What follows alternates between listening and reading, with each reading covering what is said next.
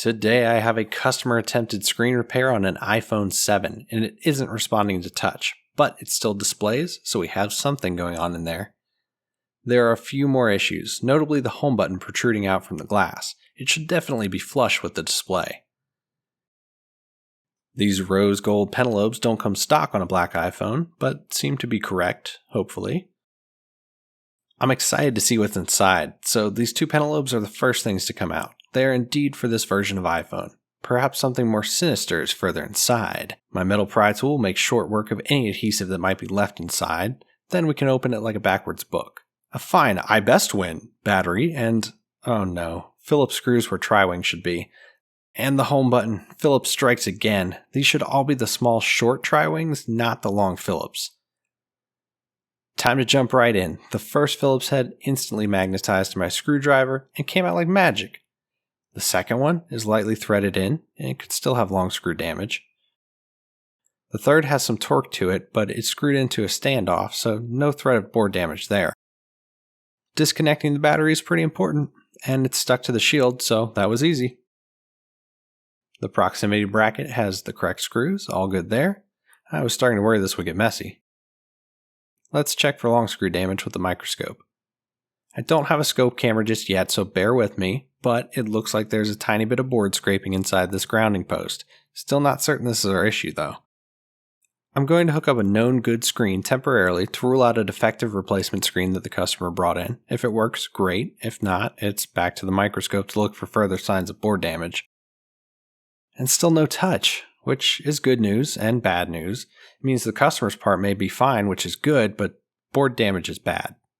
Here it is, a missing resistor right next to the digitizer connection. It's a tiny one too, probably got clipped off by accident when removing the original screen. But the pads are still intact, so we may be in business. I'll use some hot air and the pointiest tweezers I own to remove this from a donor board. Because it's pretty hard to use the microscope and camera while doing precision work, I'll cut to after I got it installed on the customer's device. Time to reconnect my known good screen for testing. The resistor is firmly planted on the board. Instead of removing the board and using hot air, I was able to just hold it in place with tweezers and solder either end of the component down. Oh, it's back on, and the display is working, and so is the touch. We're in the home stretch now. Now I'm going to reconnect the customer screen and see if it's working just as well. By not replacing the screen with my store's part, I can help save the customer a bit more money on this repair. We are in the clear. This screen is working just as it should, but now I've got to clean up this little mess of Phillips head screws with some more donor parts. So let's power off again. I'll start by removing all the Phillips screws from this home button bracket and replace them with the correct tri-wing screws from another iPhone 7. I think all repair technicians dream of replacing tri-wings with the superior Phillips head screws. It would make things so much easier. They should all fit pretty snug and you shouldn't have to put a lot of torque on them for them to be secure. Time to reconnect the screen. I'm also going to be replacing the shield screws with those from a donor. It's important for a quality repair and to prevent connections from loosening after a drop or a bump.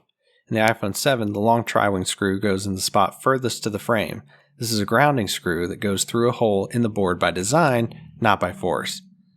The other ones are similar in size, but following a screw map is super important. Finally, it's time to close the screen up, snapping in the side clips before replacing the last two screws.